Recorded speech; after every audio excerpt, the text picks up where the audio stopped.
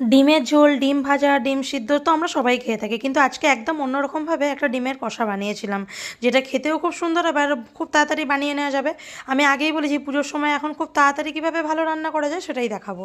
প্রথমেই তেল গরম করে তার মধ্যে নুন, হলুদ আর একটু লঙ্কা গুঁড়ো দিয়েছিলাম, দিয়ে সেদ্ধ করা ডিমগুলোকে ভেজে তুলে নিলাম।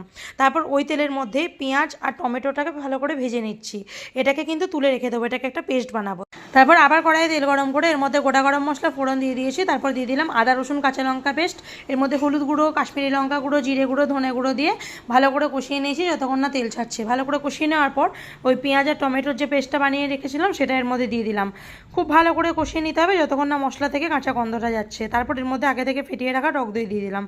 ভালো করে প্রায় 10 মিনিটের মতো কষিয়ে নিয়েছি ডিমটা দিয়ে। তারপর এর মধ্যে প্রয়োজন মতো জল আর কাঁচা লঙ্কা দিয়ে ফুটতে দিলাম। ঝোল ফুটে উঠলে এর মধ্যে স্বাদ মতো নুন চিনি দিয়ে নামানোর আগে কাসুরি মেথি আর গরম মশলা গুঁড়ো দিয়ে নামিয়ে নিলে